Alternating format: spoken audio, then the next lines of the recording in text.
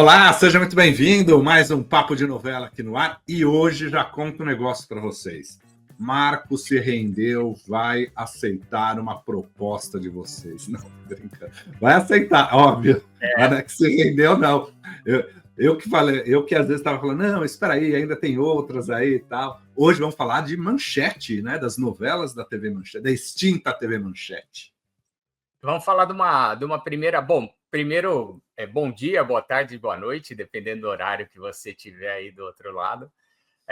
Hoje a gente vai falar de uma fase da Manchete, digamos assim, de uma primeira fase, que começa em Antônio Maria e termina em Cananga do Japão. Então, é a fase pré-Pantanal, é a fase de menos sucesso, digamos assim, das novelas da Manchete, mas, na minha opinião, a fase mais criativa e mais rica das telenovelas da Manchete foi essa primeira fase aí que definiu os rumos do que seria a teledramaturgia da Manchete. Isso aí Não sei se em número, Marco, mas pelo menos eu acho que foi a fase mais consolidada de audiência, né? Não tinha grandes picos, como foi Pantanal, que foi um grande sucesso, mas ela foi num crescente ali com títulos muito interessantes, né?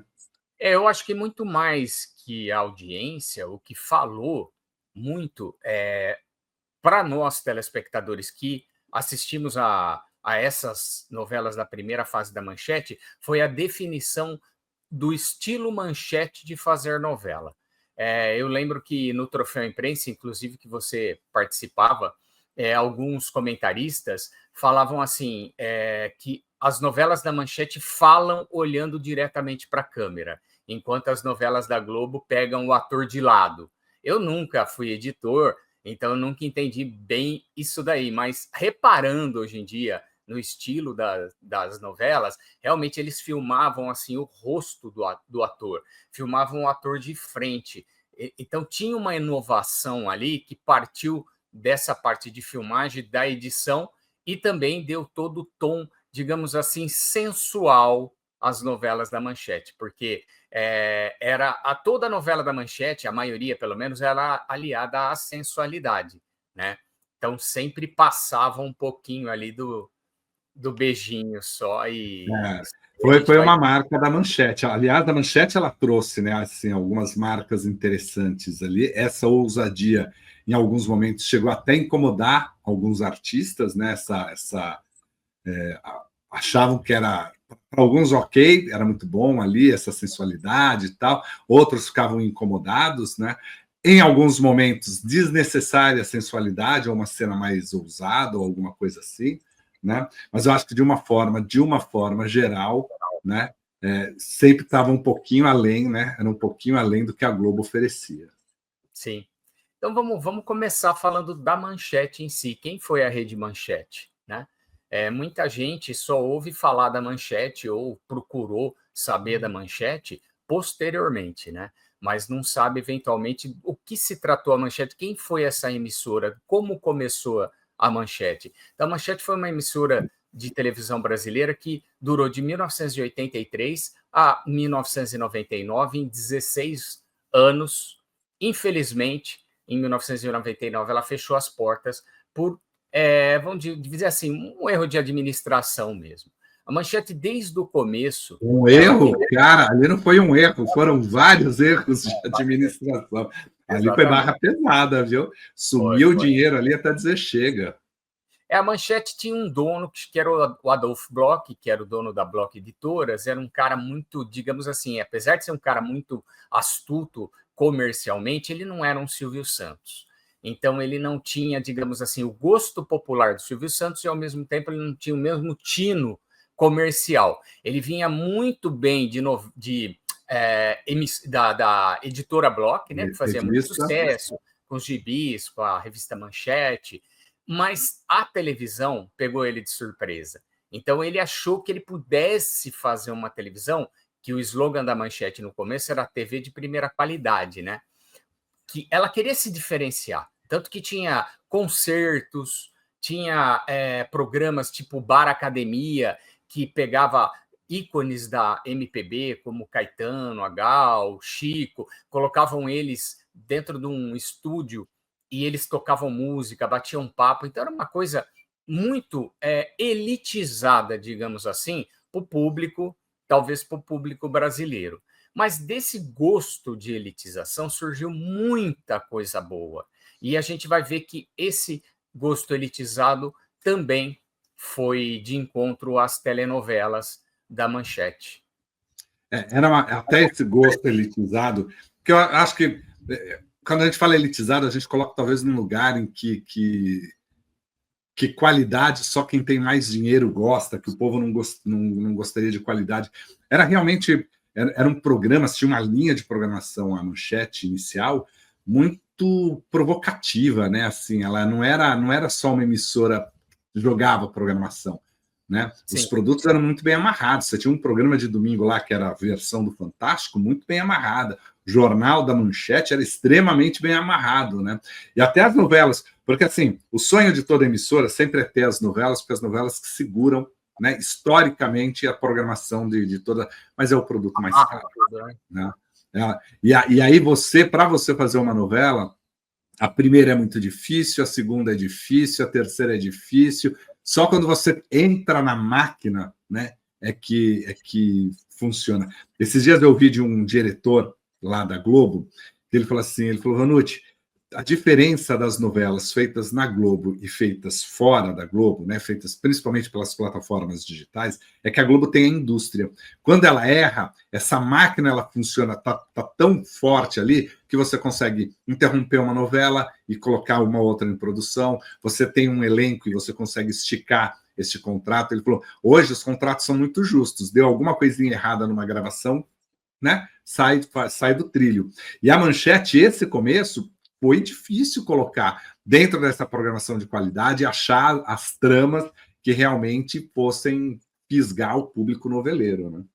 Eu acho que o que faltou para a Manchete realmente foi uma linha primeiro, de insistência e uma linha de segmento plano da coisa. Por exemplo, a Globo tem uma linha, novela das 6, uma novela mais levezinha, adaptando livros no começo. Novela das 7, uma novela mais cômica, mais leve, mais jovial. Novela das 9, uma novela mais pesada, um texto mais denso. Então, existe uma linha. Você não vai ver uma comédia no horário das 9. E quando aconteceu, como Rainha da Sucata, teve que ser alterado. Rainha da Sucata, Champanhe também, do Cassiano Gabos Mendes, teve que ser alterada ali o rumo. Mas aí é a indústria, você vê. Mas aí você pode fazer determinados riscos, porque é a indústria. A Manchete, quando ela estreia Antônio Maria, é às 6h30 da tarde, né? Sim. Porque sim. Talvez pelo tipo de produção, ela fala: bom, eu vou começar a bocanhar por aqui, que é um lugar que eu consigo fazer uma transição com um programa que vem antes aqui da tarde, jogar para uma dramaturgia, depois eu vou para os telejornais para tentar seguir com outros produtos ali, né? Então você vê que assim, também, só que a nossa geração não acompanhou, ou era muito pequena, quando a Globo estava implementando essas novelas e precisava vencer a Tupi. A Globo fez lá o quê? Contratou os principais autores, diretores e atores da Tupi. Né? A Manchete fez isso também, né? Tentou buscar, principalmente gente de bastidora, né? Para deixar, para fazer as novelas fluírem, né? Existe uma grande vantagem que amparava a Manchete. A Manchete, a sede dela era no Rio de Janeiro, enquanto a SBT e Record era em São Paulo. Então, isso era uma grande facilidade para a Manchete, porque 90% dos atores, principalmente nos anos 80 e 90, moravam no Rio de Janeiro, até por causa da Globo. Então, você pegar um ator que saiu de uma novela da Globo e não foi recontratado, não tinha contrato fixo, ele ia para a Manchete, estava ali dentro da cidade dele. Não tinha que se deslocar para São Paulo, já continuava ali em São Paulo, no Rio. Isso foi uma grande facilidade ali também de contratação. Fora que o Adolphe Bloch, ele tinha essa vontade mesmo de fazer um negócio bem feito. Então, ele realmente contratava atores, autores, diretores de qualidade. Então, as novelas da Manchete começaram em 1985 com um remake de Antônio Maria, que já tinha sido produzido pela TV Tupi em 1968. Em 1985 foi essa novela em 126 capítulos. Né? Contava a história lá do português, que vinha fugido de Portugal para o Brasil, e ele tinha um grande segredo, e aqui ele encontrava os demais personagens e tinha o ritmo da história. O grande erro dessa versão da Manchete, na minha opinião, foram dois. Eu assisti a reprise quando passou em 1986. Primeiro, o Cindy Filipe era um ator português, então não era um ator conhecido do Brasil, zero conhecido. Ele tinha um sotaque muito forte português que atrapalhava até a gente entender o que ele falava, porque português cantando parece que está cantando em alemão. Eu entendo mais inglês do que o português cantando. É o nosso idioma, mas tem uma pronúncia diferente, né? É uma pronúncia muito difícil.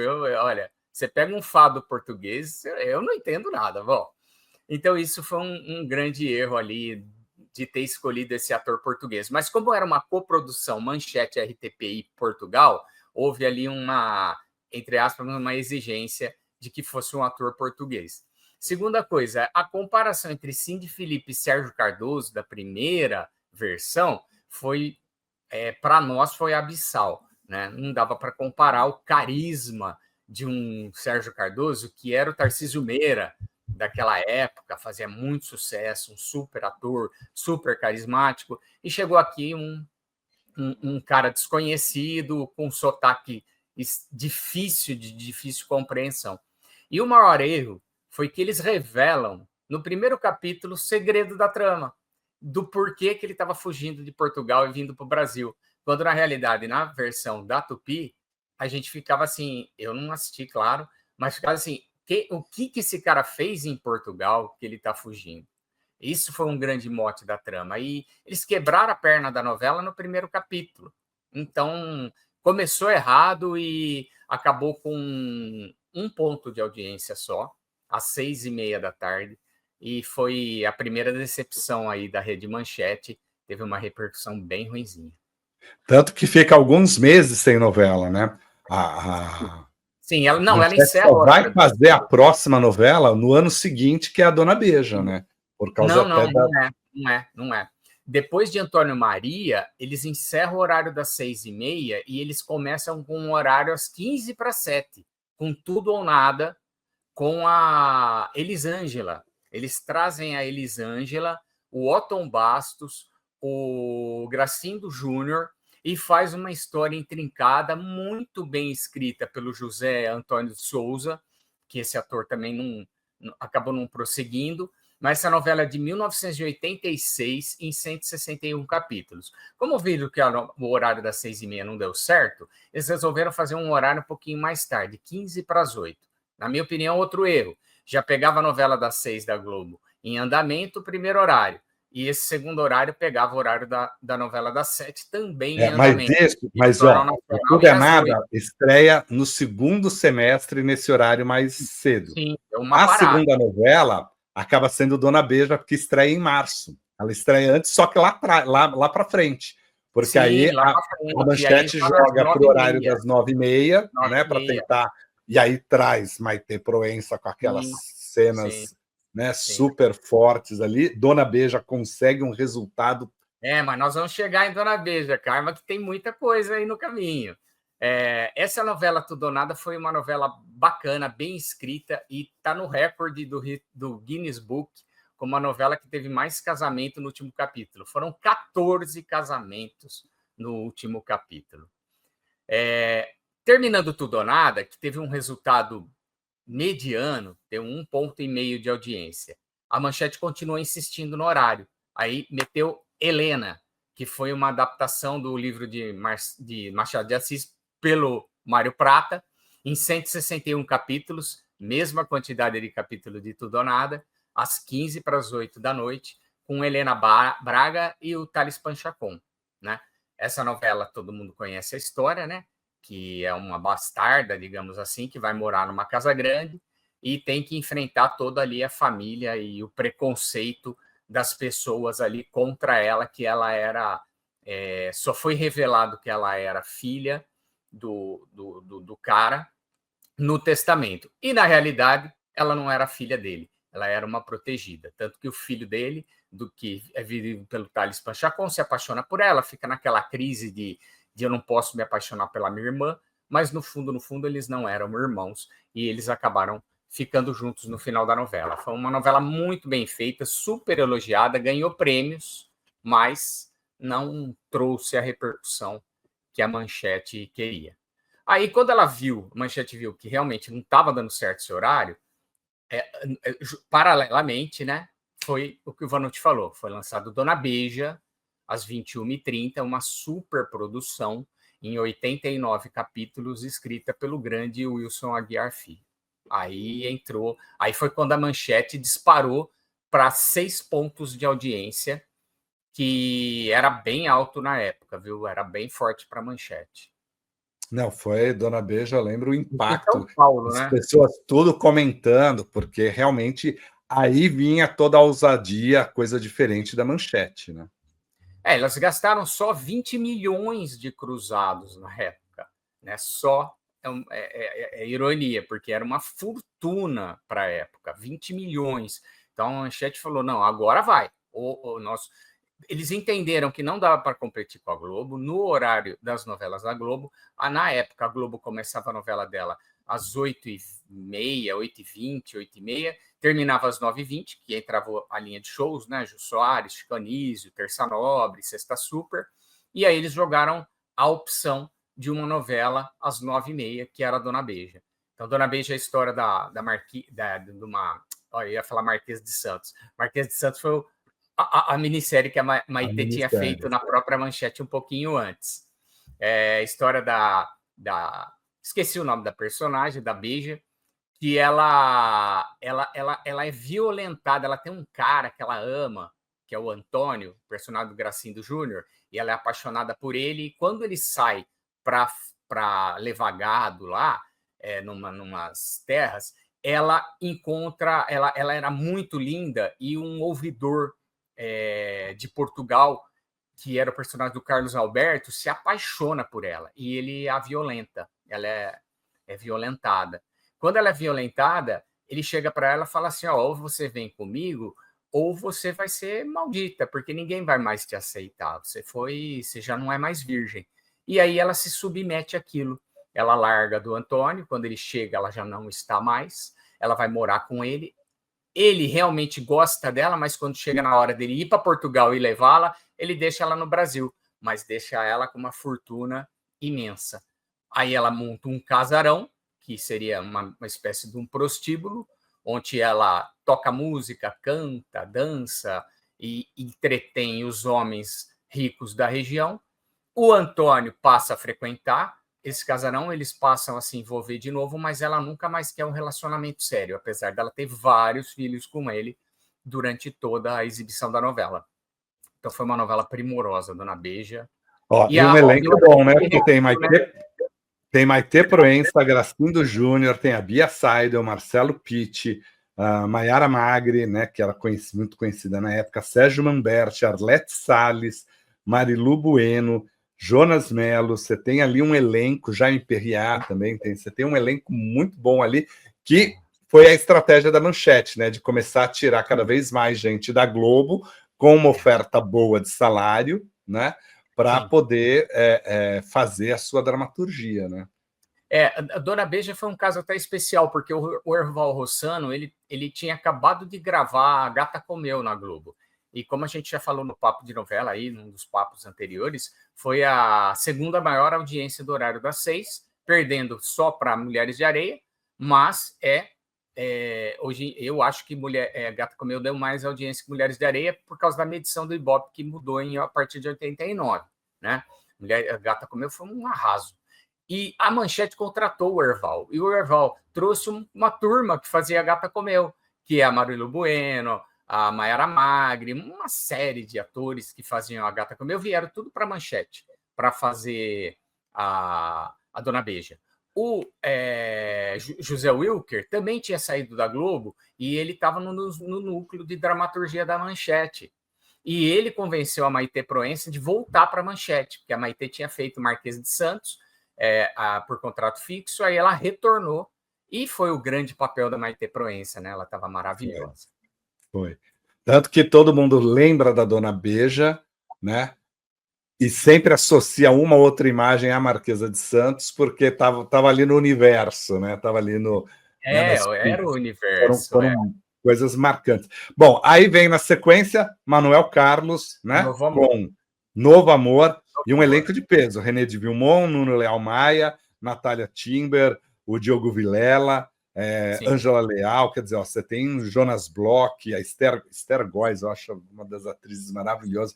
Aí você vê que maravilhoso. também, de novo, né, vai lá, abocanha um bom elenco aqui, um autor bom, que é o Maneco, né, que tinha saído da Globo também, depois de todo um estresse ali, né? Então, traz um bom trabalho. Traz um bom trabalho. Novo Amor foi ao ar em 1986, em 59 capítulos. O Manuel Carlos teve duas razões para sair da Globo. A primeira, venceu o contrato dele. Ele estava muito triste, muito estressado com o Sol de Verão, em que ele tinha perdido o ator principal, né? O Jardel Filho havia morrido. Ele estava meio com o saco cheio de escrever novela. Ele propôs para a Globo ele só escrever minissérie. A Globo não aceitou e ele não renovou o contrato. A Globo também, segundo ele, não fez muita questão, e ele foi para a Manchete. Uma das exigências dele na Manchete era escrever minissérie e novela curta. A primeira minissérie que ele escreveu chamava Tudo ou Nada, acho que Tudo ou Nada ou Viver a Vida, é um negócio assim, uma das duas, que foi curtinha, deu acho que 15 capítulos, e logo em seguida ele escreveu O Novo Amor em 59 capítulos. E aí a Globo acordou, né? Falou, opa, Manuel Carlos não dá para ficar longe, não. Texto primoroso. Então é interessante que essa época da Manchete, teve muita gente que saiu da Manchete, tanto elenco, diretor, autor, saiu da Globo, foi para a Manchete, o que teoricamente ninguém voltaria, né? Porque se abandonou, tinha aquele negócio, mas eles fizeram tanto sucesso lá, e o Boni começou a ver que, ó, isso aqui o fermento está crescendo, que repatriou muita gente ali. Sim. Né? Viu que podia voltar.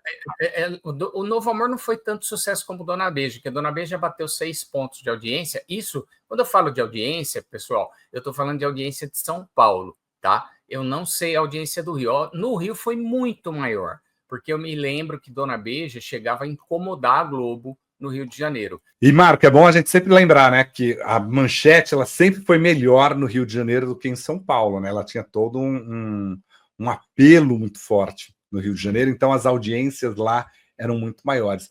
Tanto é interessante, Globo e Record se brigavam muito lá. E aqui em São Paulo, a Globo enfrentava muito mais o SBT do que a Manchete. Né? A Manchete era quase uma emissora carioca. Eu acho que o SBT era enfrentado pela Globo no Brasil inteiro, mas no Rio de Janeiro a Manchete era forte. Essas audiências que eu estou falando aqui são audiências do público de São Paulo, não são audiências do Rio de Janeiro, né? Quando eu falo que Dona Beija deu 6 pontos de audiência, de média, é em São Paulo. No Rio, ela passou de 10. Novo Amor deu 3,2 de audiência de média, mas com certeza no Rio deu mais do dobro. Porque eu lembro de estar na casa da minha cunhada no Rio, a mãe dela assistia Novo Amor, eu não conhecia, aí eu peguei um jornal, estava lendo e estava falando que a audiência do dia anterior tinha incomodado a Terça Nobre da Globo, numa terça-feira. Então, a Manchete era forte no Rio de Janeiro, né? E a gente vai ver isso em Carmen. Carmen foi a segunda novela, né, fora Dona Beija, mas foi a primeira que realmente incomodou a Globo. No Rio de Janeiro, chegava a bater o Globo Repórter às sextas-feiras. Quando não batia, chegava perto. Era muito alta a audiência da Manchete. Carmen foi um novelão, hein? Novelão, Carmen foi um novelão. Bom, mas Carmen teve Mania de Querer e Corpo Santo, né? Então, Mania de Querer veio logo em seguida, foi uma novela de Silvan Paeso, também em 161 capítulos. É interessante que todas as novelas da Manchete até agora, menos Novo Amor, ia em 161 capítulos. Corpo Santo, que veio depois, também teve 161 capítulos. E foi uma novela de Silvan Paeso, seguindo o horário das 21h30. O Erval Rossano levou a esposa dele, que era a Nívia Maria, um elenco super bom, a gente falou disso aqui também no Papo de Novela passado, e a Nívia Maria fazia uma escort girl ali nos Estados Unidos, e ela se apaixona pelo personagem do Marcelo Pique, ela esconde dele que ela era essa garota de programa nos Estados Unidos. Ele era um cara muito rico, ela vem morar com o vilão da novela, que era o Carlos Alberto Strassler. Ele reconhece ela. Aí, a partir daquele momento, ele passa a fazer chantagem com ela e ela se desespera de ter uma possível revelação aí do passado, né? Então, esse era o mote da novela. Essa novela foi marcada pela briga do Erval Rossano e a Nívia Maria com a Manchete. Os dois saem, o Strassler sai também, digamos assim, em função da saída do Erval Rossano, e a novela perde a protagonista. Aí a Aracy Balabania, que também fazia a novela, ela é içada a protagonista, e aí tocaram a novela até o final, e foi uma boa novela. Eu infelizmente, essa eu não assisti, mas pelo que eu já li, foi uma boa novela, uma novela redondinha. Silva Paeso não é muito de escrever, mas... E a próxima novela Corpo Santo. Corpo Santo foi uma novela muito interessante, essa aí eu assisti. Assisti tanto quanto passou, quanto na reprise.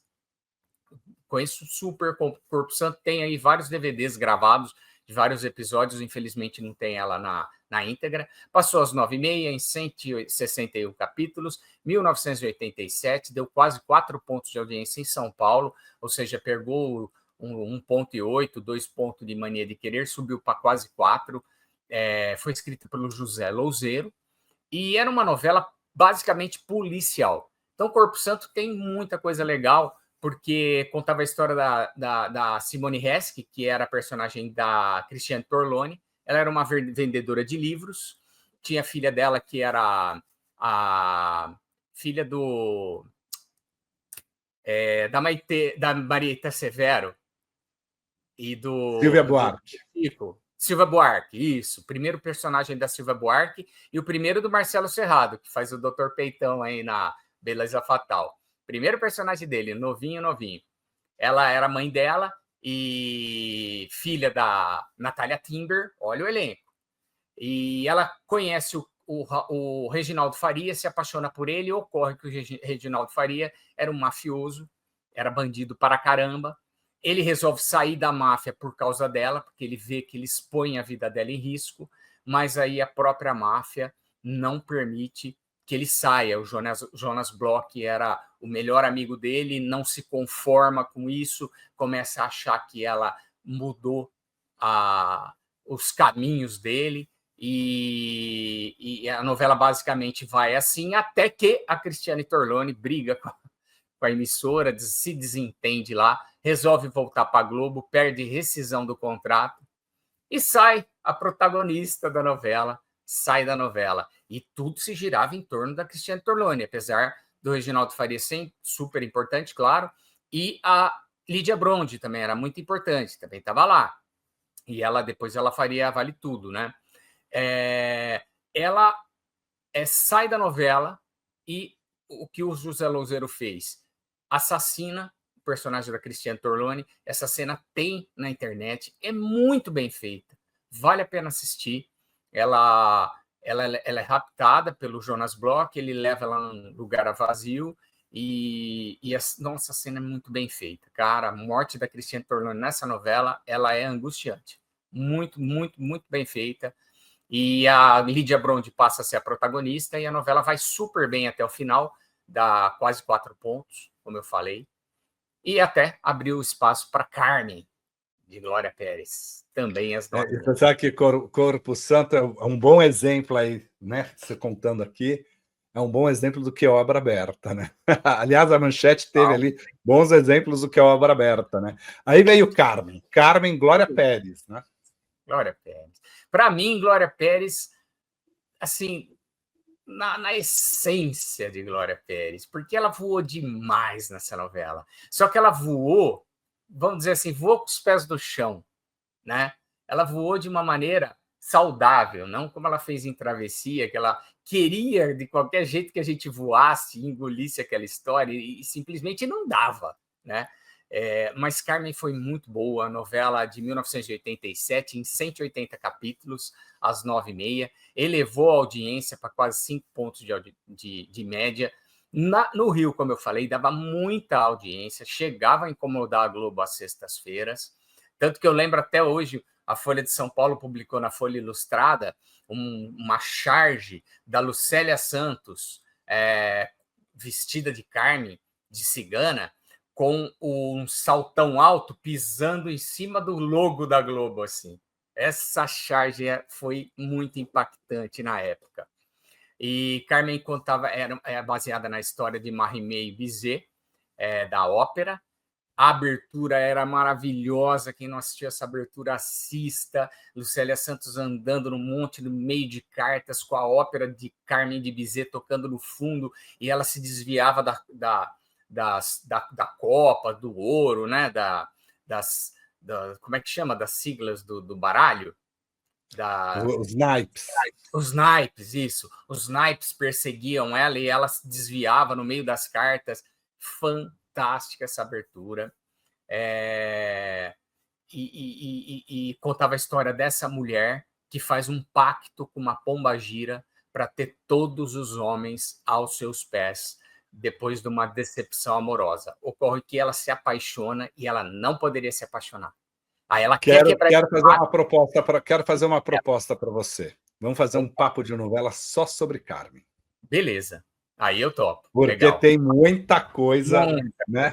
Carmen tem muita coisa, tem uma Lucélia Santos ali trabalhando muito bem, tem um texto extremamente ousado, provocativo. E tem um monte de história de bastidor para contar. Acho que tem muito Glória Pérez. Tem muito.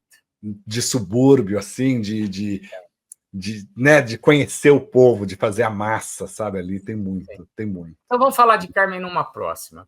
Então, não, já falando, só o aperitivo. Aqui a gente ainda vai ter que voltar muita coisa, cara. Assim, ó, Dona B já dá um papo maravilhoso. Dona B já dá. Né? Só Dona B já... Depois veio Olho no Olho, que eles quiseram reeditar Um Corpo Santo às 9h30 da noite, trazendo José Louzeiro, mas foi um desastre. A audiência de Carmen de 5 caiu para 2,5. Foi muito ruim, era uma novela de vingança, mas pesou na mão. O que ele tinha pesado na mão, mas de uma maneira, uma dramaturgia muito bem afiada em Corpo Santo, ele perdeu a mão em Olho no Olho e a gente só via violência. Então, não deu certo. Foi uma novela... Mas você vê que é interessante, né? Porque é um período da Manchete que ela está muito atenta às coisas que já estavam acontecendo, né? Que é a criminalidade começar a ganhar um espaço maior, a questão das drogas, a própria Glória Pérez traz em Carmen a questão da AIDS, quer dizer, eram novelas que estavam mais atentas, talvez, né? Muito mais atentas à realidade. A homossexualidade é muito bem desenvolvida pela Glória Pérez em Carmen. A gente vai falar num outro papo, então. E aí depois veio, digamos assim, a Manchete terminou Olho no Olho e ela falou assim, ferrou, vamos suspender o horário de novela. Mas o Bloch era um cara muito insistente. E aí ele falou, não, vamos dar a cartada final para a coisa levantar. E aí ficou de janeiro a julho sem novela, às 9h30, e eles prepararam Cananga do Japão. E Cananga do Japão é outra novela que também dá um papo só de Cananga, porque foi uma novela, na minha opinião, uma das melhores novelas da história da telenovela de todas as emissoras. Cananga do Japão, eu lembro que as pessoas discutiam, né, conversavam, porque assim, sempre as novelas da Globo tinham um espaço muito grande, né, nas conversas. E Cananga do Japão começou a roubar esse espaço. Né? Porque realmente era uma novela maravilhosa, assim, com uma proposta, né, interessantíssima, né? A abertura era muito legal e tinha a Cristiane Torlone de volta. Exatamente. Aí foi isso daí é uma das coisas ali que o Adolphe Bloch não tinha engolido, a saída da Cristiane Torlone. Ele admirava demais a Cristiane Torlone. Ele mandou emissários pessoalmente atrás dela, para que ela voltasse e abraçasse um projeto do coração dele. Por quê? Porque era uma novela que se passava, né, na década de 40, 50, mais ou menos por aí. Quando o Rio de Janeiro ele tinha na Praça 11 um grêmio recreativo chamado Cananga do Japão. E o próprio Bloch ele tinha sido frequentador desse clube. O que era esse negócio? É onde o pessoal ia dançar. Eles iam dançar, tinha bebidas, comidas e danças, né? E shows também. E ele quis fazer uma novela circundando aquela ideia que ele teve do Grêmio Recreativo Kananga do Japão. Ele chamou o Wilson Aguiar Filho, que era um mestre, gastou os tubos, contratou a Tezuka Yamazaki, que era uma diretora de cinema, para ir lá dirigir Kananga do Japão. Ela foi, aceitou e botou a novela nos trilhos, porque começa com uma Cristiane Torlone maravilhosa, vendo o pai se suicidar numa época de quebra econômica daqui do Brasil. Tem uma cena logo no primeiro ou no segundo capítulo em que ela está enterrando o pai dela, que ela jura a lá Scarlett O'Hara de O Vento Levou, que ela vai fazer de tudo para nunca passar fome e que aquilo nunca aconteceria de novo com a vida dela e que ela nunca iria perdoar o pai dela. É uma cena muito forte. Ela fala, eu não vou te perdoar nunca pelo que você fez com a minha família. Ela pega a mãe, a irmã, que é a Via Negromonte, que era uma excelente atriz, que depois, infelizmente, sumiu, era cantora. Elas vão para o Rio de Janeiro, lá elas vão para essa praça,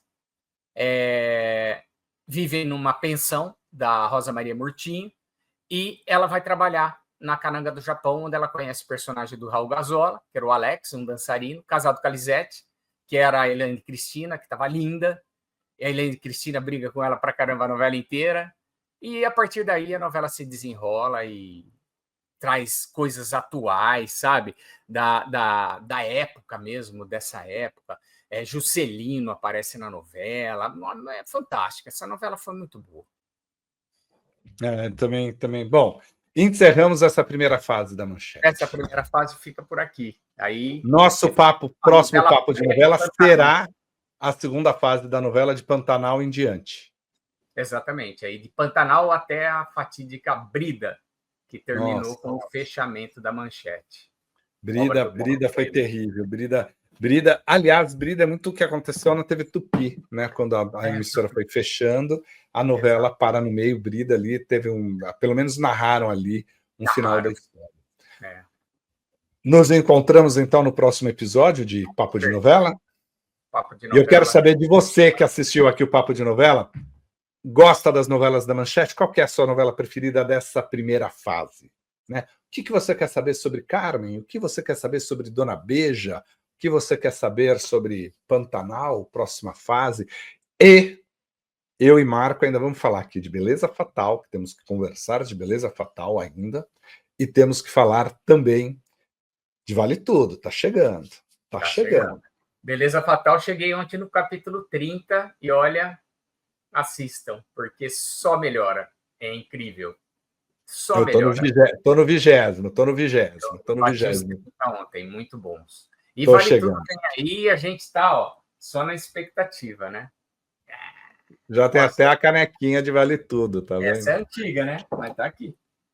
Bom, Marco, mais uma vez agradecer você por esse papo de novela, agradecer a todo mundo que esteve com a gente até aqui. Tem muita coisa no canal do Vanucci. Tem outros episódios do Papo de Novela, vê lá, assiste, vê o que você gosta, manda ideias pra gente, porque o que a gente quer... Aliás, tem aqui uma relação, depois eu vou te mandar aqui, uma relação, quer ver? Deixa eu ver se eu puxo rapidinho aqui, rapidinho. Não é? Tem aqui uma mensagem. Depois eu vou te mostrar.